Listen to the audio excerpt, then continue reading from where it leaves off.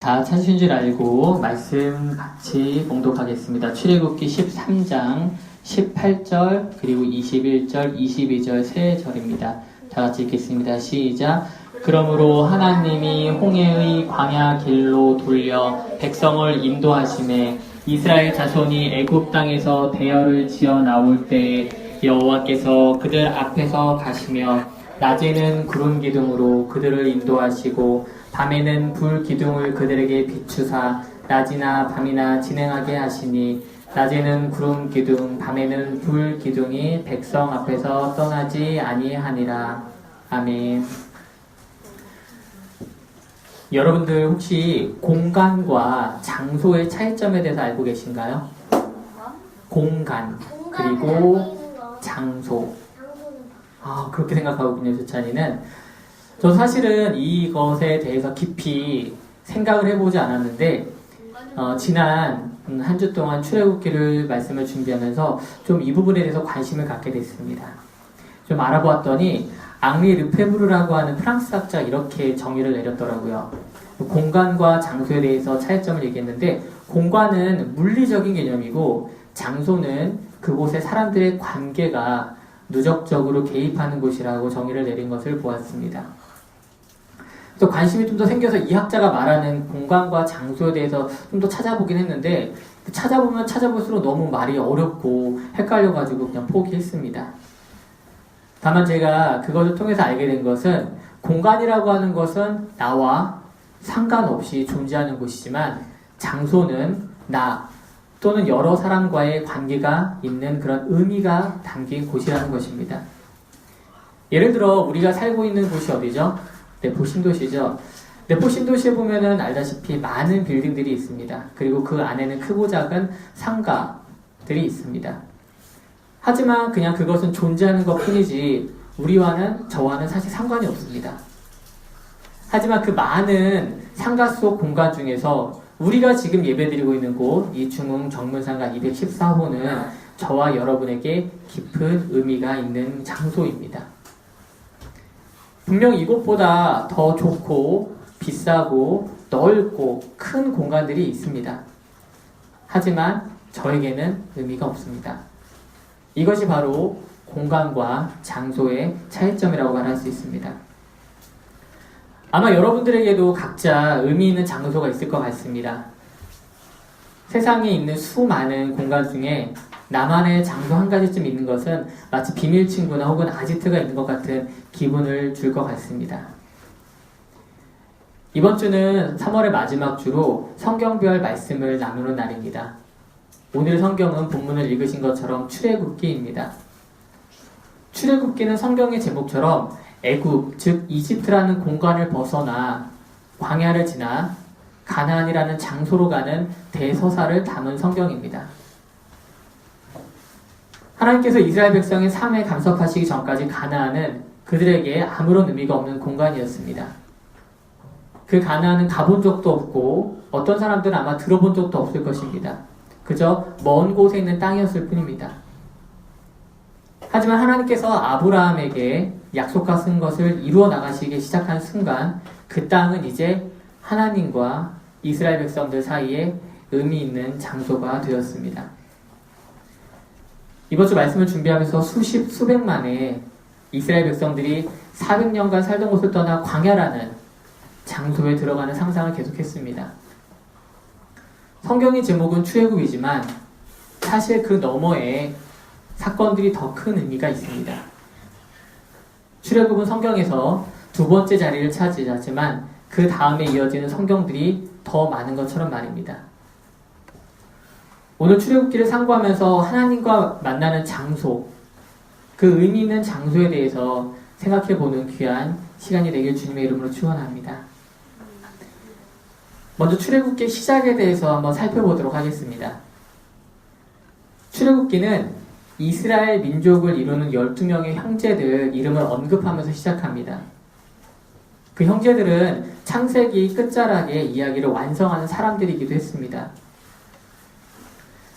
창세기 말미에서 이집트는 이스라엘 백성들에게 어떤 장소였습니까?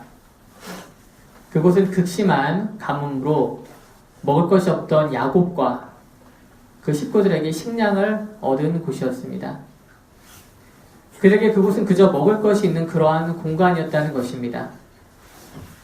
그런데 아버지 야곱과 형제들은 몰랐지만 그곳에는 이미 요셉이 있었습니다.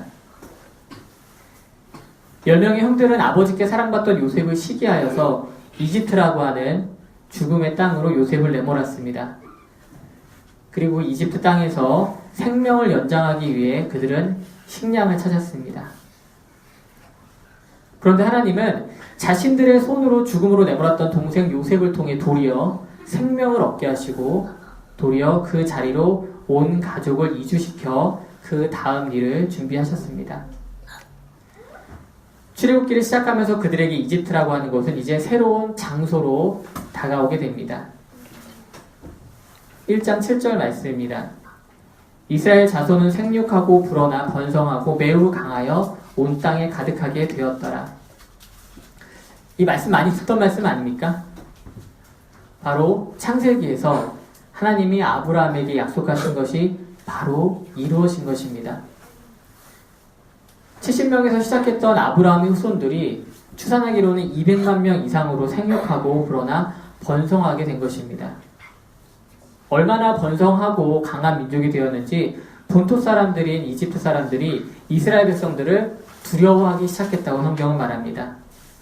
그래서 그들을 노예로 삼았고 그것 들어도 불안감이 해소되지 않아서 심지어 태어나는 남자아이들을 보이는 대로 족족 잡아서 죽이는 엄청난 일을 저지릅니다. 이집트의 계획이 그대로 지속된다면 이스라엘 백성이 망하는 것은 시간 문제였습니다. 그때 하나님이 다시 하나님의 계획대로 움직이기 시작하십니다. 가장 먼저 한 사람을 부르십니다. 정확하게는 건져내십니다.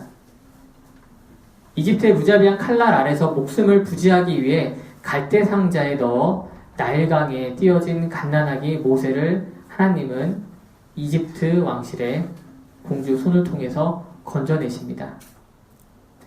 2장에 보게 되면 나일강 갈대 사이에 두고는 누나가 어떻게 되는지 노심초사 멀리서 지켜본다고 성경은 말하고 있습니다. 야생동물이 해코지하진 않을지 또는 물에 휩쓸려 내려가진 않을지 얼마나 초조한 마음으로 지켜봤을까요?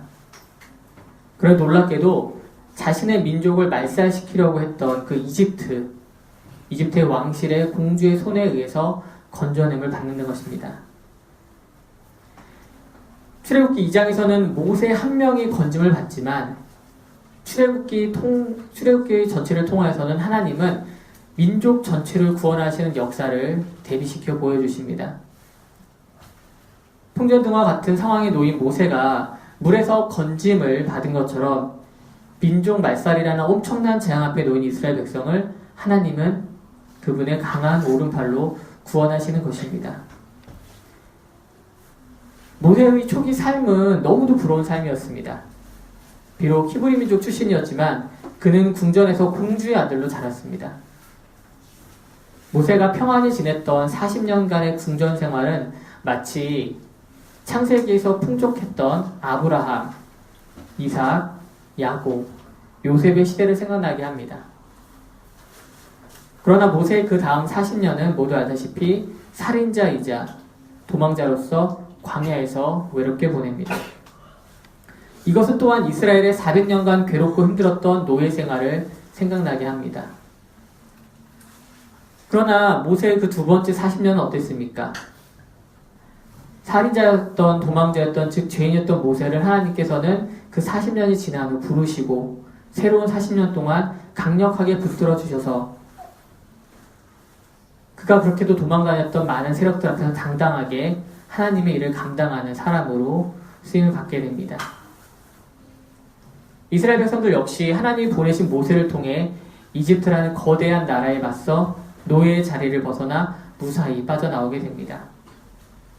그리고 이제 모세와 백성들은 이집트를 떠나 광야라는 장소로 들어가게 되는 것입니다. 그리고 그곳에서 40년간 하나님을 깊이 체험하는 시간을 공유하게 됩니다. 모세 개인과 그가 사랑했던 동족인 이스라엘의 운명은 이처럼 하나님의 큰 손 아래 나란히 진행된 것입니다. 그런데 우리가 종종 성경을 읽으면서 성경의 인물들과 하나님과 이런 특별한 관계 속에서 좀 소외감을 느낄 때가 있습니다. 특별히 이렇게 거대한 이야기와 그 속에 나오는 마치 영화 주인공 같은 사람이 등장하는 인물을 보면은 더더욱 그렇습니다. 저렇게 우여곡절을 겪고 준비가 되었으니 하나님이 쓰셨구나. 40년의 궁전생활, 40년의 광야생활을 했으니 하나님이 쓰셨지 하는 그런 생각이 들 수도 있다는 것입니다.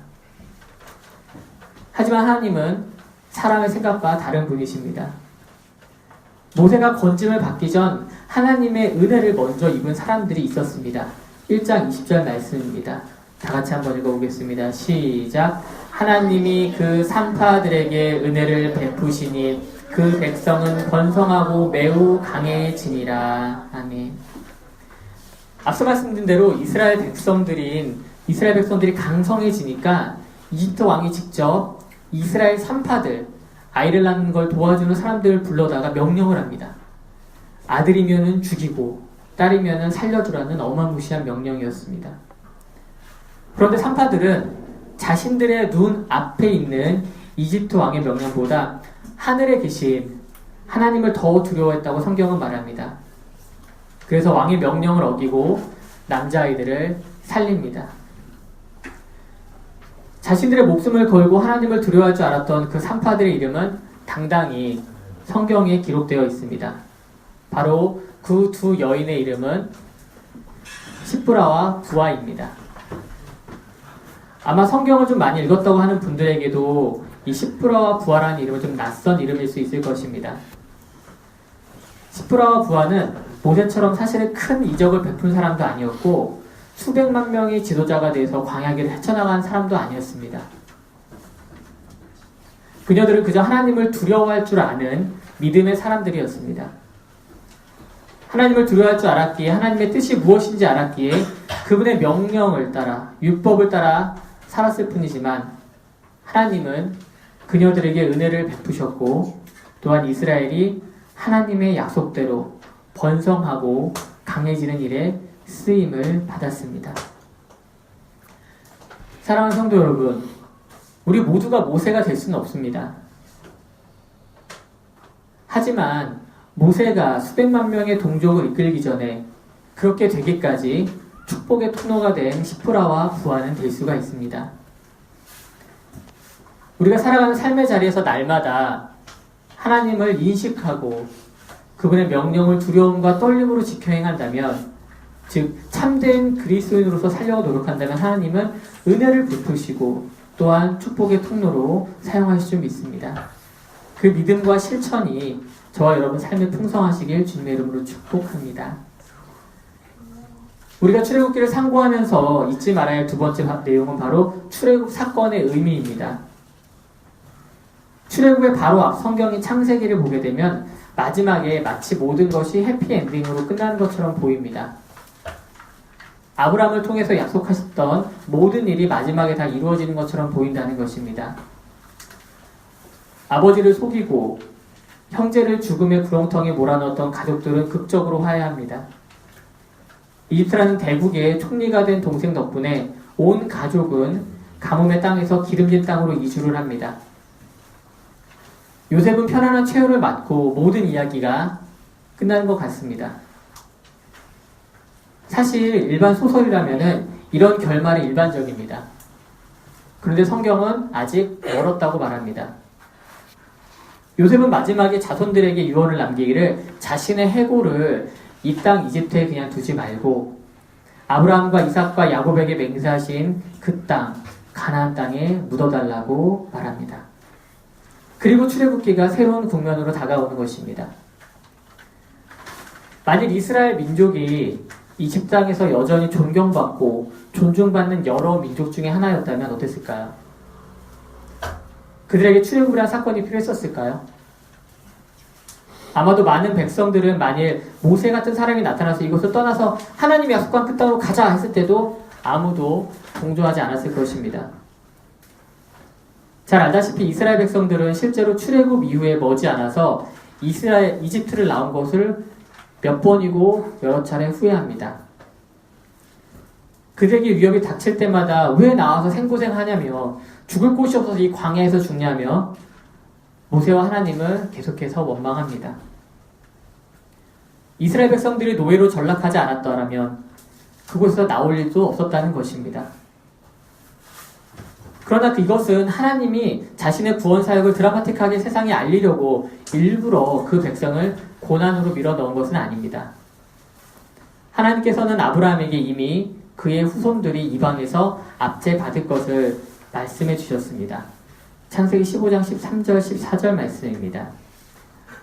여호와께서 아브라함에게 이르시되 너는 반드시 알라. 내 자손이 이방에서 객이 되어 그들을 섬기겠고 그들은 400년 동안 내 자손을 괴롭히리니 그들이 섬기는 나라를 내가 징벌할지며 그 후에 내 자손이 큰 재물을 이끌고 나오리라. 이스라엘 백성들이 노예가 된 것은 도리어 이집트 사람들의 완악함 때문이었습니다. 그들은 요셉이라는 히브리 사람의 크나큰 덕을 보았습니다. 대흉년에 대한 그의 꿈 해몽 덕분에 나라가 위기에서 빠져나올 수 있었고 도리어 주변 국가의 복식을 되팔아 큰 이득을 보게 했습니다. 그런데 왜 출애굽기를 시작하면서 분위기가 바뀌었을까요? 바로 이러한 요셉을 모르는 새로운 왕이 나타났기 때문입니다. 이스라엘 백성들이 어떻게 그 땅에 살게 됐는지, 그들의 조상인 요셉이 어떤 사람이었는지 모르고 그저 자기 나라에 거주하는 이방 민족이 거대해지는 것에 불안감을 느껴서 평안히 살고 있던 이스라엘 백성에게 노역을 시키고 혹독하게 군림하며 노예로 전락시킨 것입니다. 이처럼 이스라엘 백성들은 갑자기 신분이 변했습니다. 자유인에서 노예로 삶의 위치가 바뀐 것입니다. 여기서 문제는 이러한 상황에서 그들은 스스로 벗어나거나 불공평하다며 항거할 수 없었다는 것입니다. 이러한 극적인 변화가 나타나는 것은 출애굽기 1장뿐 아니라 창세기에서도 볼 수 있습니다. 바로 창세기 3장입니다.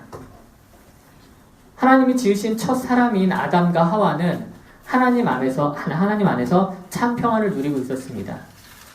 모든 것이 완벽했고 그 자체가 완성이었습니다. 그런데 자유인이었던 아담과 하와가 어떻게 그 신분이 바뀌었습니까?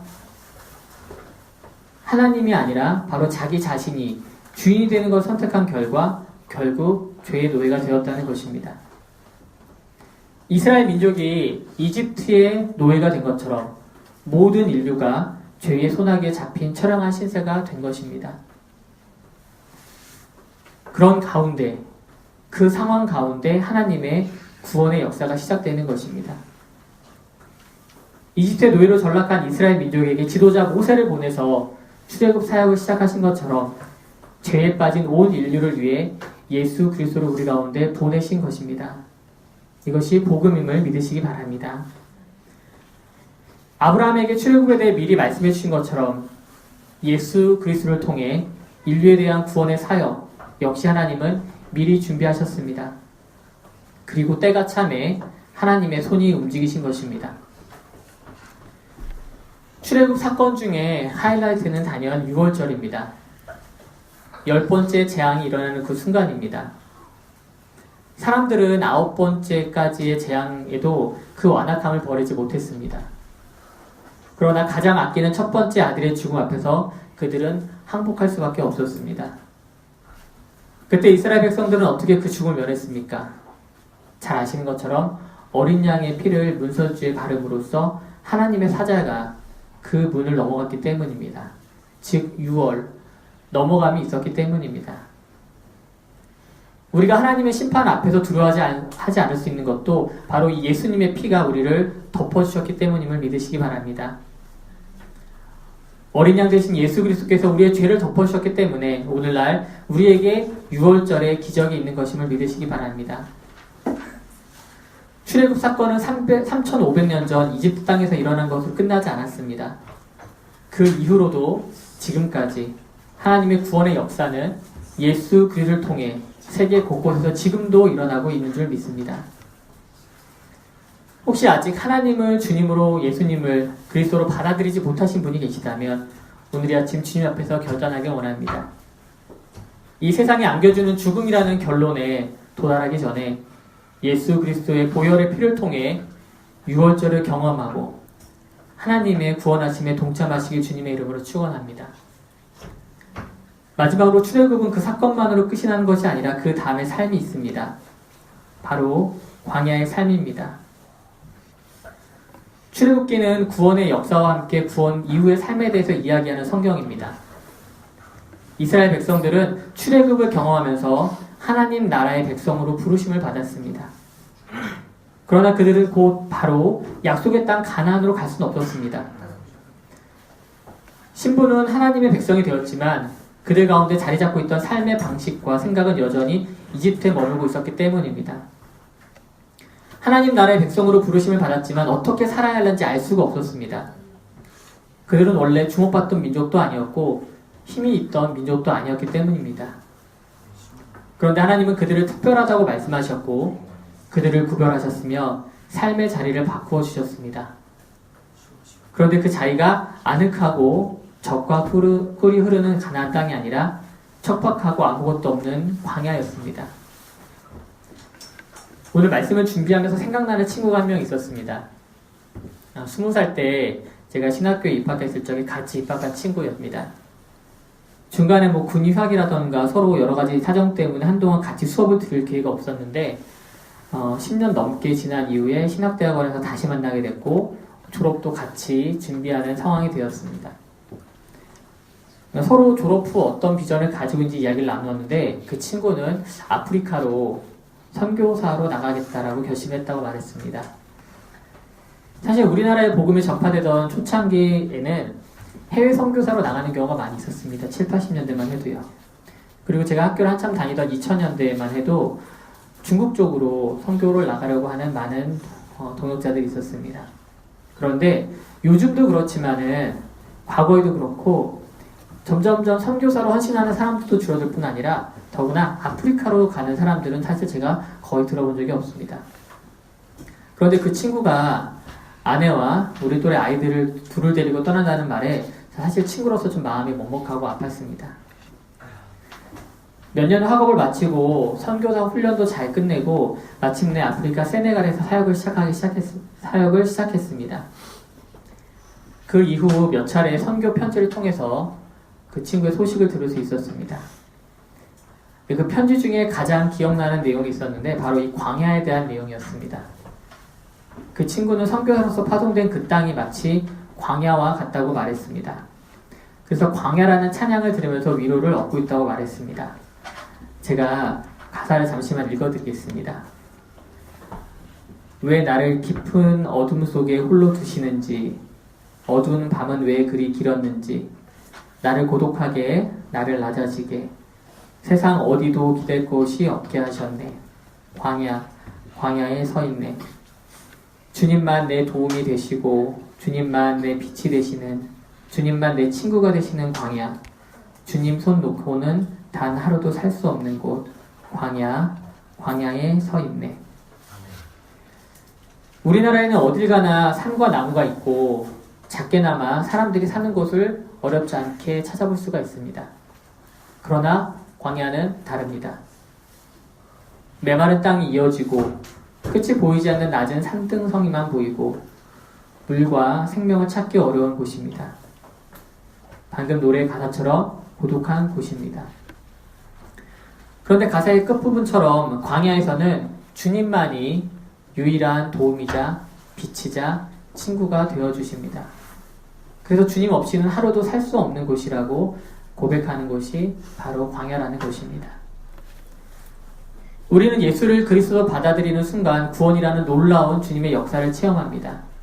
그러나 구원을 한 번 경험하고 끝나는 것이 아닙니다. 그 이후의 삶이 준비되어 있습니다. 바로 광야의 삶이자 제자의 삶입니다. 우리는 그 좁은 길, 협착한 길에서 주님을 깊이 만나게 됩니다. 많은 믿음의 사람들이 때로는 주님을 몰랐던 시절을 그리워하기도 합니다. 그때가 좋았다는 것입니다. 내 마음대로 거리낌 없이 살았던 때로 돌아가고 싶다고 말하기도 합니다. 왜냐하면 생각보다 제자의 길이, 광야에서의 삶이 쉽지 않기 때문입니다. 신앙생활을 하면서 저 역시 광야에서 인도하시는 주님을 경험하게 됩니다. 내 삶을 둘러싼 삶의 상황에 대해 불평불만을 쏟아놓고 그런 상황을 하나님께 토로하는 저 자신을 보게 됩니다. 마치 이스라엘 백성들이 그랬던 것처럼 고기가 먹고 싶다고, 이전에 먹었던 부추가 그립다고, 지금 목말라 죽겠다고 아우성치는 저를 보게 됩니다. 하나님은 그러한 저에게 광야에서 버틸 수 있게 일용할 양식을 공급하십니다. 그리고 잠잠히 말씀하시는 것을 듣습니다. 내가 너와 함께 있다. 두려워 말아라. 하나님께 쏟아놓는 수많은 것들은 다 제 속에 있는 두려움 때문입니다. 혹시 하나님의 손이 나를 떠나면 어떻게 할까? 그럼 내가 죽을 수밖에 없지 않나라는 그런 알고 있기 때문에 두려워하는 것입니다. 그러나 주님은 광야 가운데 있는 저와 여러분을 그냥 두지 않으십니다. 강한 오른팔로 마침내 구원을 이루시는 분임을 믿으시기 바랍니다. 결론입니다. 창세기가 부름의 성경이라면 출애굽기는 함께 하심의 성경이라고 말할 수 있습니다. 사랑하는 성도 여러분, 출애굽기를 통해 우리를 향한 놀라운 계획이 있으심을 믿으시기 바랍니다.